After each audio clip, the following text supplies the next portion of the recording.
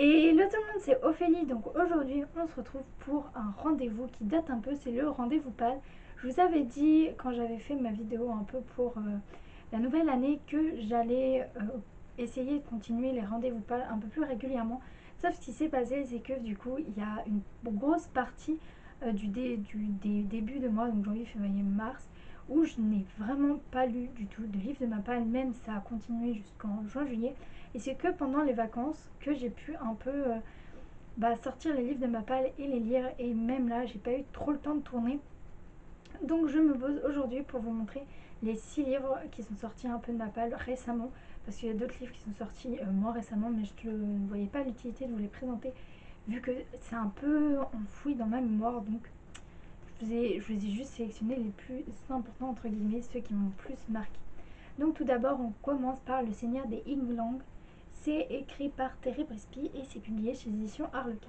Donc de plus près, il ressemble à ceci, et dans ce livre, on va suivre Lady Jocelyn qui va devoir épouser le Seigneur des Yngling parce que son frère a été kidnappé par celui-ci, et pour l'avoir vivant, cet homme a décidé que la rançon c'était que la fille du roi l'épouse, et que le mariage soit consommé pour que son frère soit relâché et qu'il revienne dans son château vivant et entier.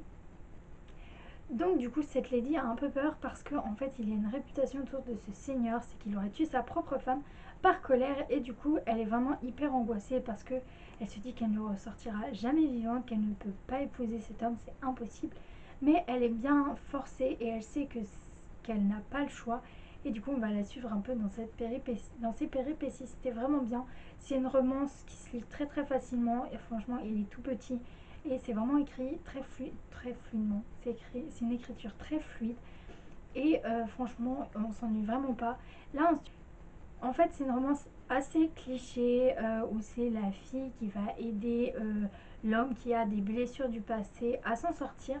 Mais c'était quand même vraiment bien. Et si vous voulez une romance sans prise de tête, un peu cliché, ce livre est vraiment fait pour vous. Moi, j'ai passé un hyper bon moment. Et en plus, je sais pas vous, mais je trouve la couverture vraiment hyper jolie, assez automnale.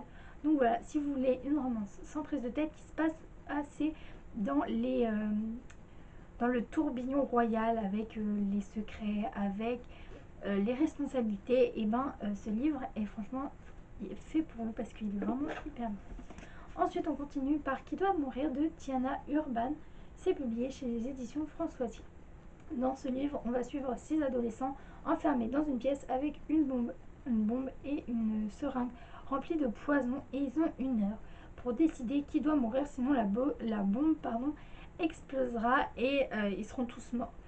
Donc ce livre est vraiment hyper bien, d'une part dans sa façon d'avoir été créé. Donc des 6 adolescents enfermés dans une pièce, c'est assez original, mais en plus on a un chapitre, donc on va voir un peu comment leur instinct animal vont prendre le dessus sur eux. Et on a aussi une autre partie où on va les voir au lycée, pourquoi ils en arrivent à être enfermés dans cette pièce, et les secrets qui les lient, les relations, tout ce qui s'est passé du coup avant, pour comprendre un peu ce qui se passe maintenant.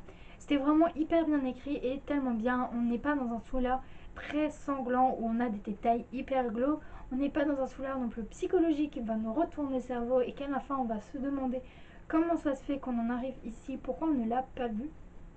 On est sur un thriller assez doux et franchement je vous le conseille vraiment parce qu'il se lit vraiment bien, et le fait qu'il y a un chrono, donc 1 heure qui se lance, et ça remet encore plus de piquant parce que du coup il y a vraiment cette notion de temps qui revient systématiquement, et franchement c'est vraiment hyper bien fait. Et franchement, je vous le recommande si vous voulez vous lancer dans les thrillers, mais vous voulez quelque chose d'assez doux, et celui-là est vraiment parfait pour se lancer.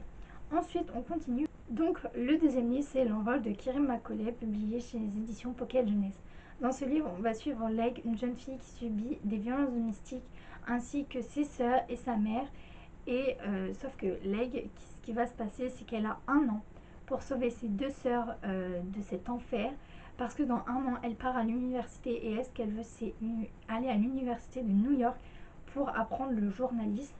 Et du coup, elle veut pas du tout laisser ses 2 sœurs seules avec leur père, parce que leur père leur fait subir des violences domestiques, mais surtout c'est de la pression psychologique, il faut que tout soit carré, mais leur mère se fait frapper souvent le soir, et du coup c'est vraiment une atmosphère pas du tout agréable. Mais du coup elle est un peu désespérée parce qu'elle ne trouve pas de solution, mais le destin va lui mettre deux facteurs sur sa route. Donc déjà Liam, qui est un jeune garçon parfait, entre guillemets. Il a de bonnes notes, il plaît à tout le monde, il est sportif, mais il cache aussi un secret qu'il n'a révélé à personne. Et le deuxième facteur, c'est qu'il y a des corbeaux qui arrivent de plus en plus en masse, et on ne sait pas pourquoi ils sont là. Il n'y a aucun facteur qui, ne, qui ne pourrait les attirer. Donc voilà, un peu le speech de l'histoire. C'est vraiment une histoire, un livre, un récit qui se lit vraiment hyper bien. C'est très touchant. On a vraiment des scènes qui nous font monter les larmes aux yeux.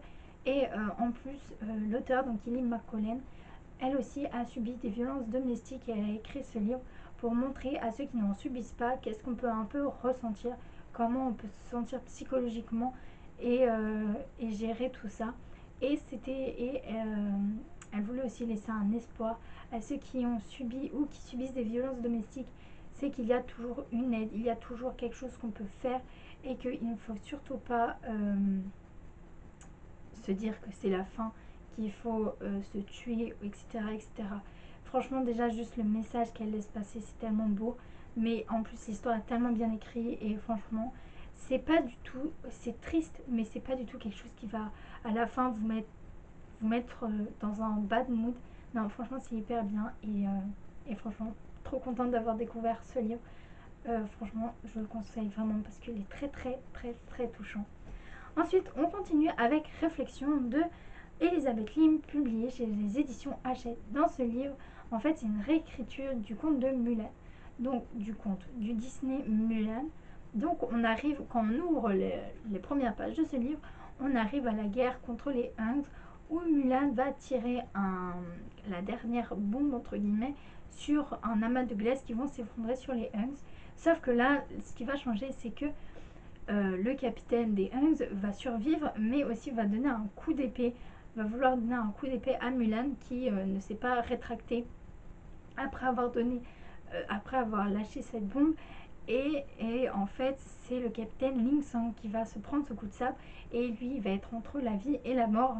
Et Mulan, pour le ramener à la vie, parce qu'il a encore de belles choses à accomplir, va devoir passer dans le pays des morts et rattraper son âme, parce que son âme est déjà un peu aux enfers. En fait, c'est là où les âmes vont être jugées. Donc soit ils vont du coup monter au ciel pour aller au paradis, soit ils vont renaître, ou alors ils vont payer leurs péchés en faisant des travaux en enfer, ou en étant un peu torturés.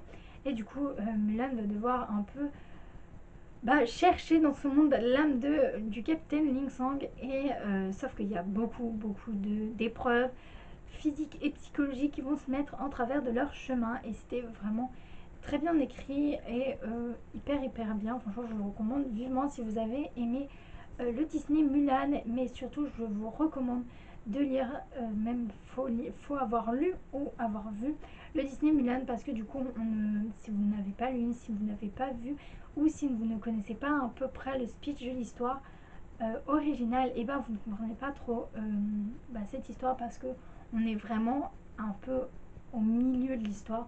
Du coup, c'est un peu compliqué de comment de comprendre si on ne connaît pas du tout le Disney Mulan. Ensuite, on part sur un livre de la mythologie qui est Héros de l'Olympe, pardon, c'est Le Héros perdu. C'est écrit par Rick Riordan, et c'est publié chez les éditions Françoisia.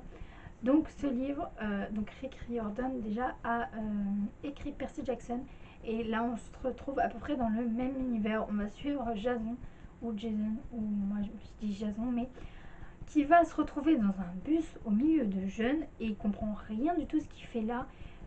À ce qui paraît, il a déjà une vie, il a une petite copine, il a un meilleur ami, mais lui, franchement, il se rappelle de rien à part qu'il s'appelle Jason, et qui sait qu'il a rien à faire là-dedans.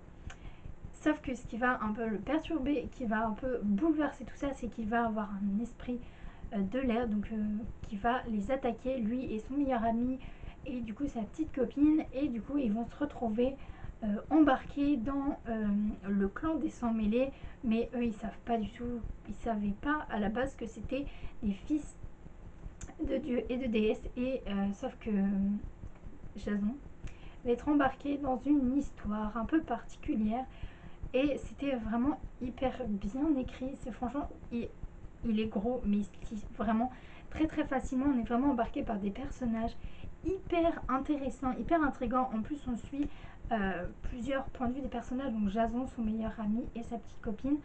Et c'est vraiment hyper bien parce que du coup, ils ont des secrets chacun qu'ils veulent pas révéler euh, aux autres. Et c'était, franchement, c'était vraiment hyper bien.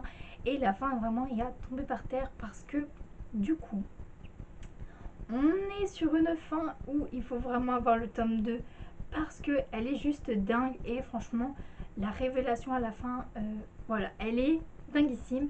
Donc franchement, je vous le conseille vraiment si vous avez beaucoup aimé l'univers de Percy Jackson. Donc un peu la révisiter, la mythologie grecque, tout ça, et ben franchement, je vous le conseille vraiment parce qu'il est hyper bien. Et on se retrouve sur un nouvel angle de cet univers qui est vraiment trop trop génial. Et j'ai été beaucoup surprise d'avoir un tout nouveau univers avec du coup des secrets qui nous sont révélés. Franchement, c'était vraiment hyper bien. Et vous n'avez pas du tout vous ennuyer pardon, si vous avez un livre que j'avais à vous présenter. Il vient tout juste de sortir de ma passe, c'est Sexy Lover, la saison 1, Objection, qui est écrit par Emma Chase, publié chez éditions Hugo Roman dans leur collection Nos Romances. Dans ce livre, on va suivre Staunton, un jeune avocat qui réussit vraiment hyper bien. C'est quand il est au tribunal. Le petit souci de Staunton, c'est qu'il a une petite copine, c'est pas vraiment sa femme parce qu'ils sont pas mariés, ainsi que sa fille qui sont à la campagne. Il peut pas les voir souvent et du coup ça le rend un peu triste, mais il les voit sur Skype, donc du coup il s'en fait pas plus que ça. Il y a aussi une maîtresse, je sais plus son nom, Sophia, voilà, qui est aussi une avocate, qui est sa coéquipière. Et voilà, donc pour lui tout se passe à peu près rien jusqu'à Stan qui découvre sur son bureau le faire part de mariage de sa femme, entre guillemets, sa petite copine. Et là il va décider de laisser ses affaires d'avocat là où il les a laissées, de partir voir sa femme et sa fille pour un peu la reconquérir et éviter à tout prix ce mariage. Il emmène avec lui aussi Sophia parce qu'il se dit que elle pourrait peut-être l'aider, mais on voit qu'il n'y a pas que ça. C'est vraiment une romance tellement bien et tellement en même temps agaçante, dans le sens où on a le point de vue de Stanson, donc on sait ce qu'il pense, on sait pourquoi il est là et on sait les changements qui vont se faire chez lui. Et on a Sophie aussi, Sophia, qui elle se demande pourquoi elle est là. Elle n'a pas envie du tout d'être là, mais vu que Stanton oui, l'a un peu forcée, bah, elle se retrouve un peu au milieu de tout ça alors qu'elle n'a absolument pas envie. Et elle aussi, on va voir ce changement qui va se faire chez elle. Et c'est vraiment tellement bien, franchement c'est tellement bien écrit. On va se retrouver d'un côté dans la ville avec tous ces mouvements, toutes les choses qui se passent dans la ville, et après on va être basculé à la campagne avec aussi toutes les choses qui se passent à la campagne. Et c'est franchement, c'est trop trop bien, trop trop frais à lire. Et franchement, je vous le conseille vraiment si vous aimez bien les romances un peu clichés quand même, mais pas trop, parce que du coup là on se retrouve quand même sur une femme qui va se marier avec un homme alors qu'elle a une liaison avec un autre. Donc voilà, franchement c'est hyper hyper bien et moi je l'ai beaucoup aimé. Donc je vous le conseille vivement parce qu'il est vraiment trop trop bien. Et si vous aimez bien aussi l'univers des avocats, etc., et ben franchement vous allez bien l'aimer. Même si c'est assez délicat, bah, c'est juste au début et après on se trouve quand même assez dans la campagne. Mais franchement c'est hyper hyper bien et je recommande vivement. Donc voilà, j'ai terminé avec les 6 livres qui sont sortis de ma palle un peu récemment. N'hésitez pas à me dire en commentaire ce que vous avez pensé des livres que je vous ai présentés. Et si vous avez peut-être des suggestions, genre si vous avez lu ce livre et que du coup il y a un autre livre qui s'en rapproche que vous avez aussi bien aimé, bah n'hésitez pas à me le dire en commentaire. N'hésitez pas à liker si cette vidéo vous a plu, à la partager, à vous abonner. Et moi je vous dis à bientôt pour une nouvelle vidéo.